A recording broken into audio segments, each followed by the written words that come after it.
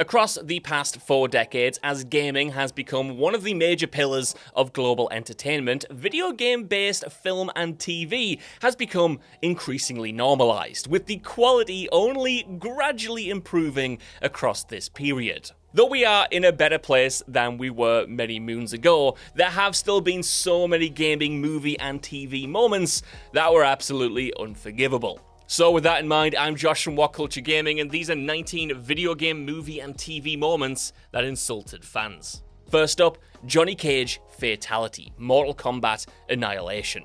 This year finally brings the moment gaming fans have been waiting for. Karl Urban brings Johnny Cage to the big screen in Mortal Kombat 2. But of course, it's not the first time that the classic character has been up on the big screen. The actor turned interdimensional fighter made his first live-action appearance in Paul W.S. Anderson's 1995 version of Mortal Kombat. Played by Lyndon Ashby, Johnny joins Special Forces Officer Sonya Blade, former Shaolin monk Liu Kang, and Lord Raiden, the God of Thunder, to defend Earthrealm from Outworld and prevent the mysterious Emperor Shang Tsung from taking over.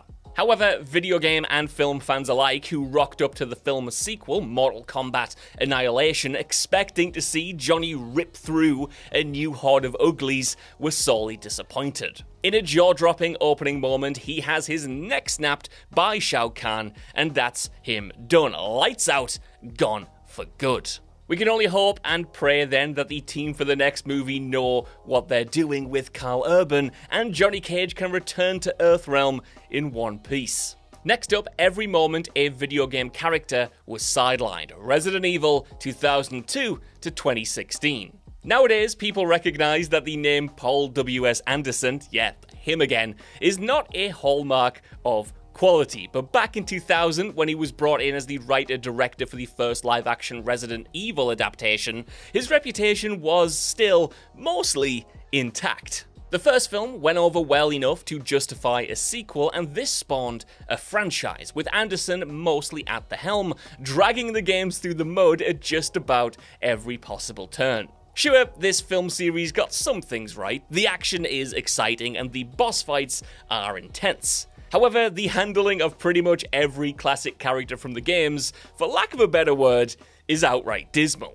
Anderson's series is fronted by super-powered amnesiac Alice, who battles the Umbrella Corporation through various scenarios and villains from the games, and while some of the games' characters make an appearance, they're rarely who we expect them to be, and are usually playing on the sidelines. Two of the biggest examples are Jill Valentine and Claire Redfield. Rather than a major player, Jill is, at first, a disgraced STARS operative lingering in the background, and then later a mind-controlled henchman, who is then rescued by Alice as an afterthought. With Claire, we get none of her journey or story from barely surviving college student to hardened badass. Instead, she is essentially a drop-in, drop-out side character who is there when required and then forgotten about when not. And these are the characters who get more than a quick cameo. The less said about Chris, Leon, Ada, and the rest, the better. Being a gamer, you no doubt spend a lot of time online trying and failing to juggle subscriptions, platforms, and services while just trying to enjoy your hobby. But fortunately, whether you're worried about the security of your personal information while browsing the web, or like me, fall victim to wanting to watch a film that's on streaming services but not available in your region, seriously, why can't I get the 2006 Silent Hill film anywhere in the UK? It is so good. Norton VPN is here to lend a hand with an offer that'll solve these problems and more. Scan the QR code on screen or use the link in the description to get 54% off your first year's subscription of Norton VPN in the US, working out as little as $4.17 per month, or £2.50 a month if you're like me and are stuck in the UK. Again, that's just over $4 per month to watch the stuff you love and look after your privacy while you do it. And if you decide you don't want to keep going, Norton has a 60-day money-back guarantee as well. So thank you to Norton for sponsoring us again. Now I've got some underrated gaming movies to watch. Next up, the final boss do-over, Prince of Persia: The Sands of Time. The noughties were not the best of times for video game adaptations, and by 2010, we had come to expect nothing great of them. As such, Mike Newell's Jake Gyllenhaal-led adaptation of Prince of Persia: The Sands of Time was met with shrugging indifference from critics and fans, but it's not all that bad. We drop in with Dastan, a rags-to-riches street urchin turned prince, whose rugged good looks are matched only by his parkour skills. Betrayed by his adopted uncle, Dastan goes on the run with Princess Tamina and a mystical dagger that can turn back time. And for the most part, this is a pacey ride through grand set pieces and well-choreographed action sequences. However, the whole thing collapses under its own self-confidence at the very end. Fans generally don't take kindly to fake-out endings. I mean, ask any cinema-goer like myself who sat through Breaking Dawn Part 2, and Prince of Persia is one of the hardest to stomach of all time. In a thrilling final sequence, the film boldly has the female lead and love interest sacrifice herself for Jake Gyllenhaal before he battles the villain, and then time rewinds everything to the beginning of the flick. So everything we have seen is retconned, and the prince is able to stop the betrayals, killing, and sacrifices before they ever happen, leaving us asking, what the hell's the point? Next up, wrapping it up early, Assassin's Creed. On paper, an Assassin's Creed film seems like a no-brainer.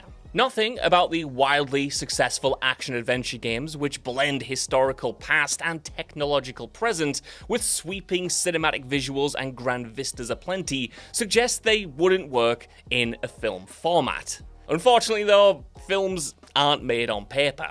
Michael Fassbender was an odd choice for Cal Lynch, the present-day criminal who was given the ability to commune with and take control of his Spanish ancestor, who was also, of course, a member of the Assassin's Brotherhood in the late 15th century. But credit where credit's due, the Irish actor did well enough, just about managing the balance between the two aspects of his character.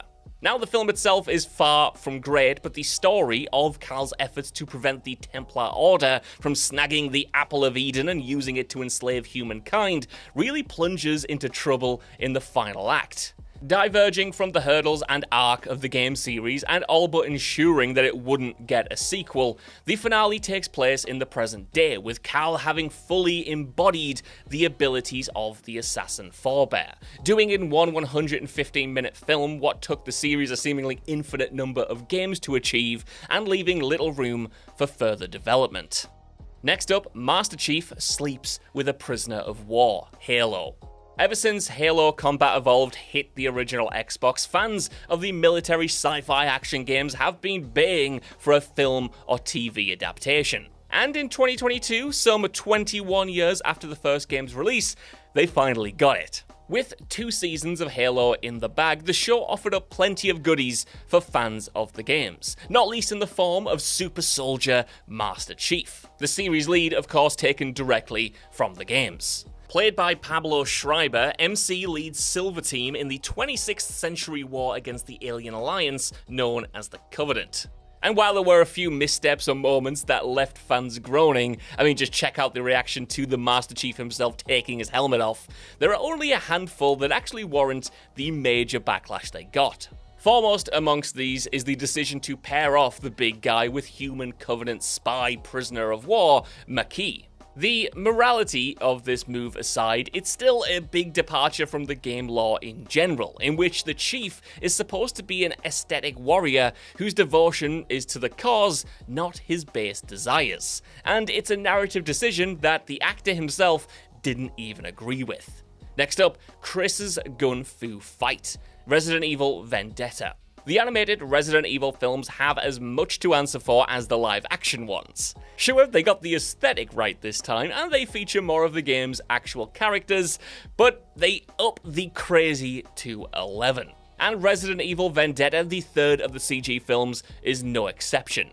Here we join BSAA agent Chris Redfield, former STARS member Professor Rebecca Chambers, and Leon Kennedy as they attempt to foil a plot to unleash an airborne viral attack on New York. The whole film looks kinda bad, including a visually atrocious boss fight against the Tyrant, but the gung fu routine between Chris and the villain is just something else entirely, something that doesn't cohere with the vibe of the franchise at all. The idea probably seemed great in the writer's room, an action sequence that mixes the balletic hand-to-hand combat and gunplay.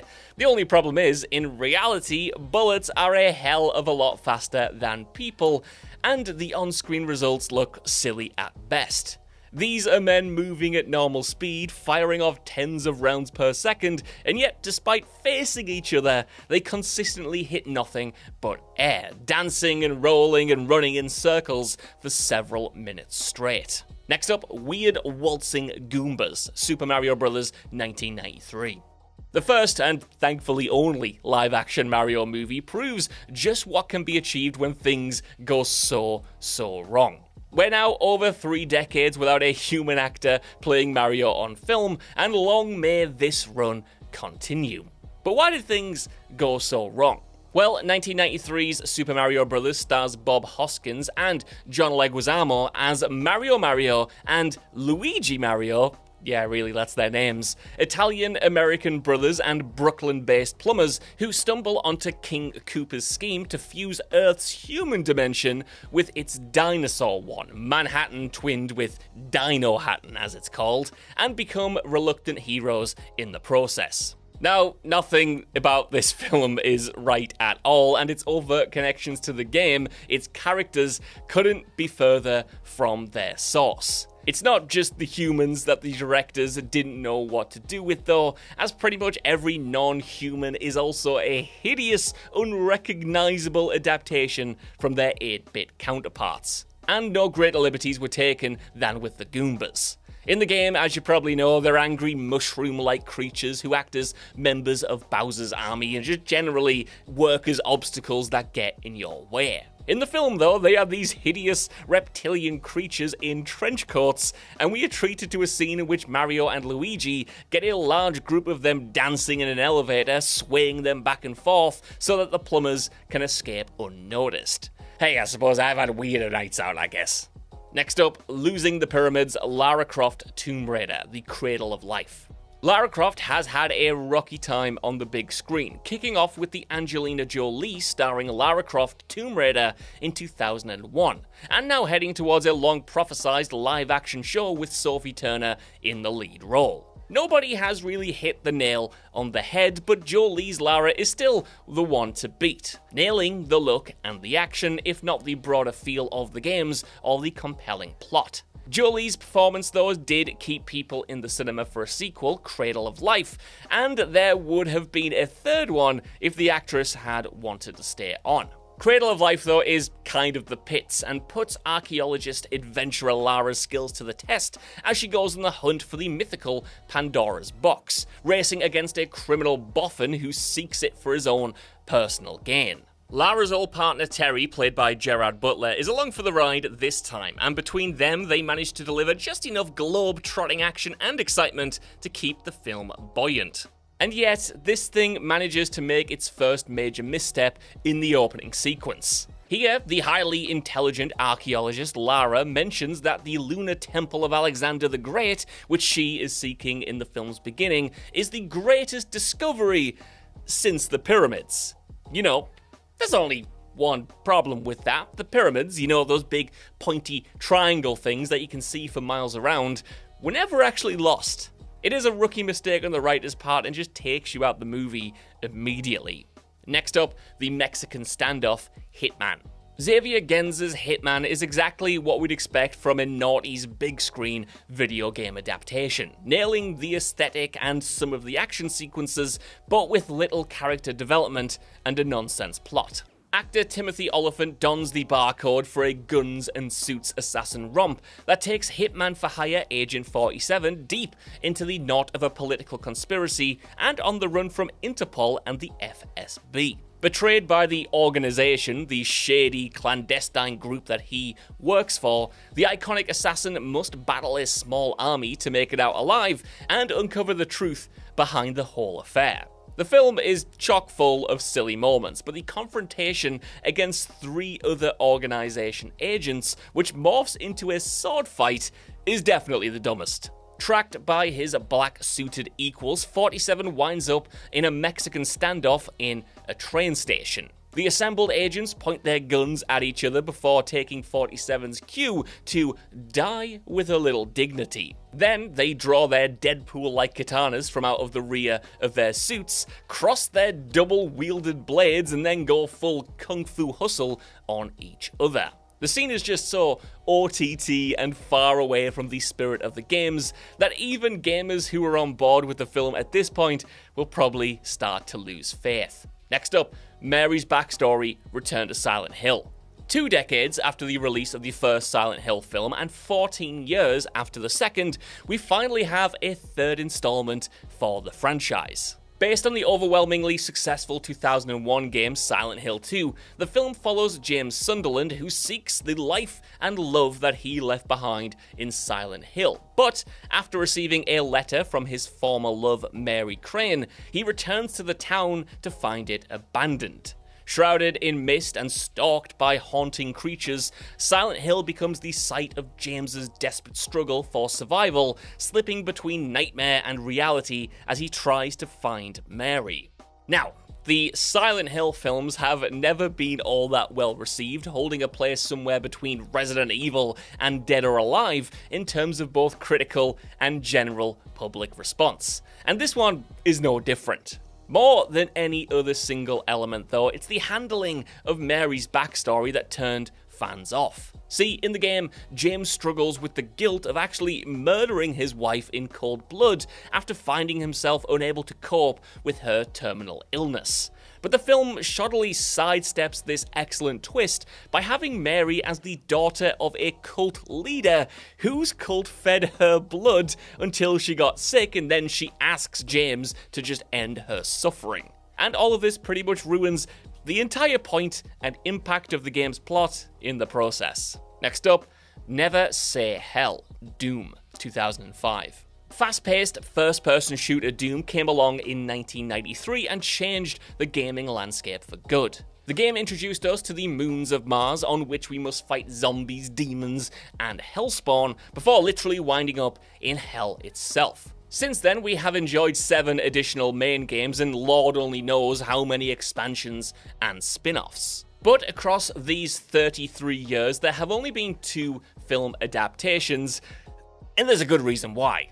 Starring Dwayne Johnson during his awkward The Rock phase as he transitioned from the ring to the big screen using his WWE creds, 2005's Doom follows a squad of 8 Marines sent to a research facility on Mars that is under attack from demon-like mutants. And that's where one of the main problems is. As far as gamers are concerned, the filmmakers just weren't willing to make the monsters actual demons from hell, instead chickening out and explaining them away with science. So yeah, Doom is nobody's idea of a great Doom film, but even if they got the demons thing right and the hell thing right, would it be?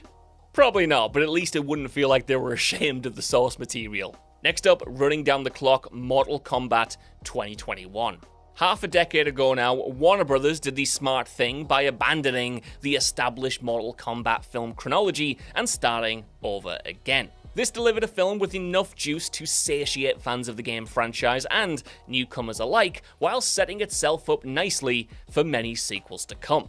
This movie introduces us to a new character, Cole Young, a young yet weirdly washed up MMA fighter and descendant of series regular Scorpion, whose encounter with supernatural assassin Sub-Zero draws him into the world of interdimensional fighting and Mortal Kombat. Allying with Sonya Blade, Jax, and Liu Kang, Cole signs on to defend Earthrealm against Outworld in the next Mortal Kombat games, all while coming to terms with his unique lineage. Sadly though, that's kind of it. That's all we get. The end of the film is a great fight between Scorpion and Sub-Zero, with the actual Mortal Kombat contest looming somewhere ahead in the sequel. It doesn't ruin the film by any means, but it does feel like a bit of an anticlimax that the thing we were building up to that is in the title doesn't actually happen. Next up, Valkyr Super Juice Max Payne. The less said about John Moore's Max Payne adaptation, the better, and yet here we are. Thumbing Marky Mark Wahlberg uncomfortably into the title role, this film charts the detective's path to vengeance, right through the middle of New York City's criminal underworld, following the murder of his wife and child. It's something of a time-honored narrative by now, and while the original 2001 game offers enough story to keep it intriguing, the film manages to bungle even this, in the process settling into an uninspired and frankly boring niche. A key part of Max's case is the investigation of the mysterious new drug Valkyr, but fans of the games who were expecting it to be packaged up as the new street hit were in for a surprise. While the games pepper in allusions to Norse mythology, the game takes the armbands off and dives straight into the deep end. Max has a quick slurp of super soldier serum Valkyr, screams like a Sasquatch, and then goes on a berserker rampage surrounded by Norse mythology Valkyries. The aesthetics are striking throughout, don't get me wrong, and yet this edition of winged monsters doesn't jibe with the noir, austere underpinnings. Next up, anytime the main cast is on screen, Borderlands. The Borderlands games have always been ripe pickings cinematically, as they manage to seamlessly pair strong characters, witty dialogue, bold visuals, grand adventures, genuine tragedy, and expansive world building. How then, with 13 years of planning, a stacked cast, and $120 million in a budget, did the film adaptation go so wrong? Well, ask director Eli Roth. Borderlands assembles Cate Blanchett, Kevin Hart, Jack Black, and Jamie Lee Curtis as franchise regulars Lilith, Roland, Claptrap, and Tannis to go on an interplanetary mission through the Borderlands in order to track down the missing Tina.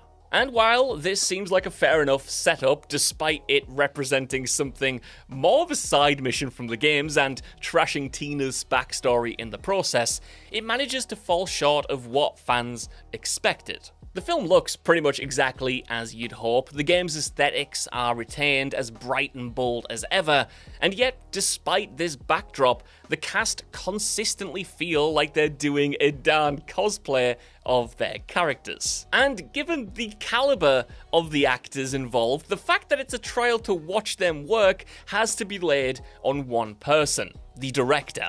Why Eli Roth, whose biggest hit to date is still 2005's splatter flick Hostel, was chosen for this movie is anyone's guess. But what we do know is that he was inspired, genuinely by the way, by a dog taking a crap. I'm not making that up.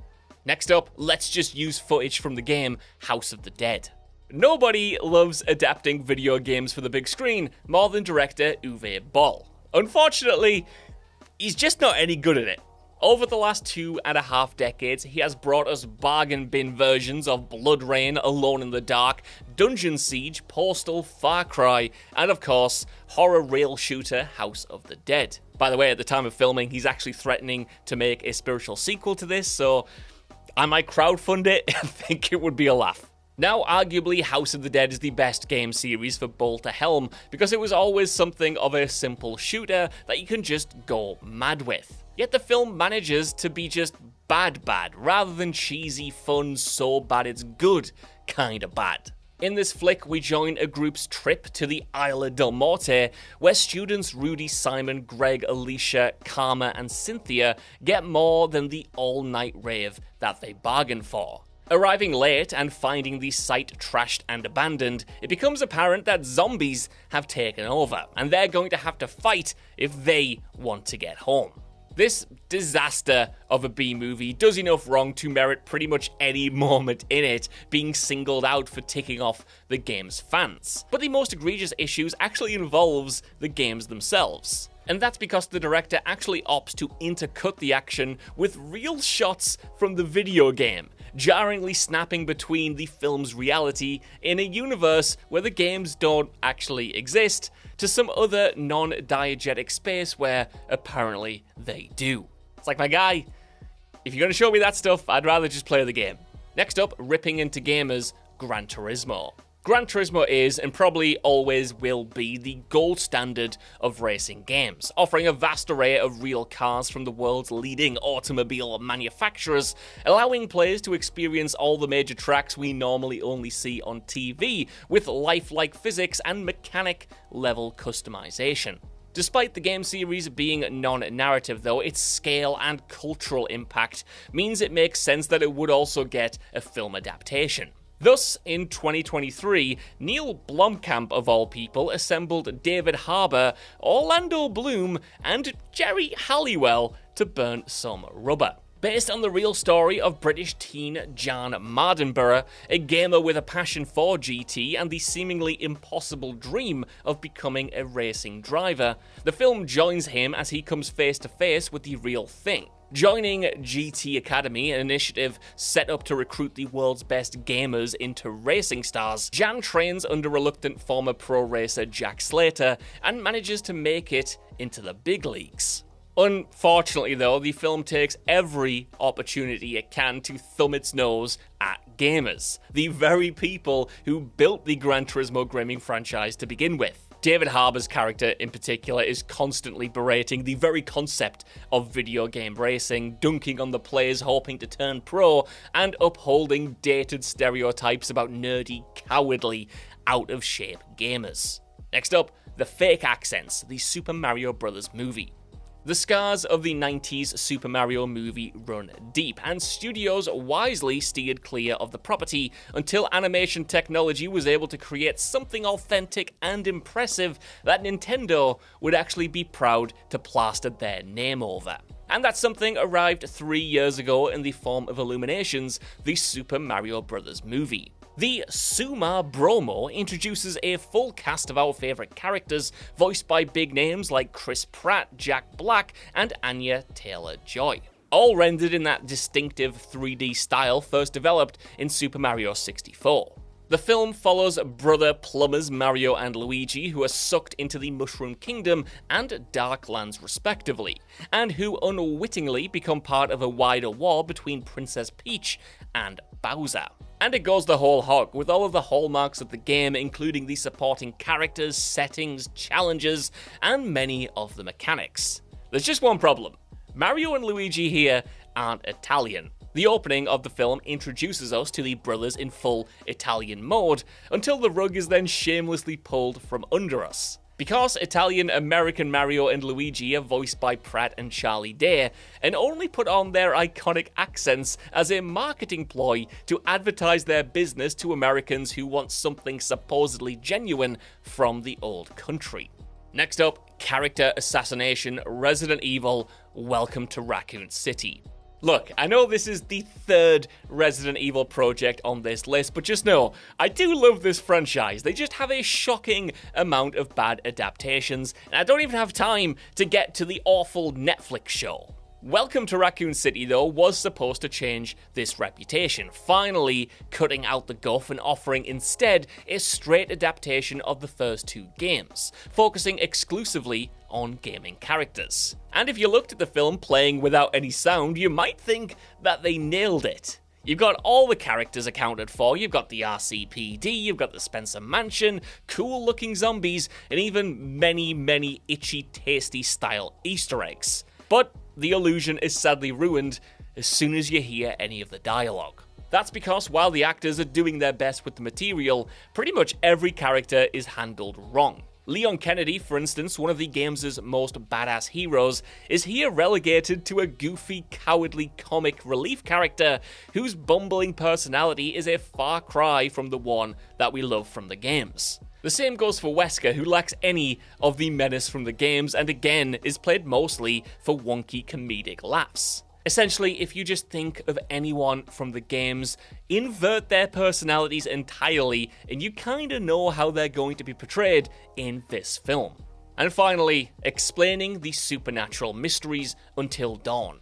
Until Dawn got absolutely ripped to shreds when it released in theaters. telling a completely original story with a new cast of characters who are trapped in a time loop and subjected to a whole host of supernatural baddies. It's probably a little better than its reputation suggests, but for fans of the games especially, it makes one criminal mistake towards the end. Reprising his role from the game is Peter Stormare as Dr. Hill, a mysterious therapist whose appearance in the game is left ambiguous. The movie writes him a whole backstory though, explaining that he's a villainous doctor who is actually surveilling and experimenting on our heroes, assessing how their fear can turn them into a monster. Like a literal monster as well. They actually turn into Wendigos, the antagonists of the game, and despite being killed, a final stinger reveals that the good doctor has survived and has set up his base for the next experiment, which just so happens to involve the characters from the original game and that story. Giving Dr. Hill a backstory is one thing, but completely ruining the mystique of the wider lore in such a dumb way, and then, in the final moments, trying to tie it all into the game's canon, it's just a step too far, and turned an underwhelming adaptation into a genuine slap in the face. Hope you enjoyed my Foley work there. So that's our list. Let me know what you guys think in the comments. Are there any I've missed off here? And Joe, what do you think? Did I miss anything? Sorry, I wasn't listening. I was just enjoying this lovely chair from Secret Lab. For God's sake, man.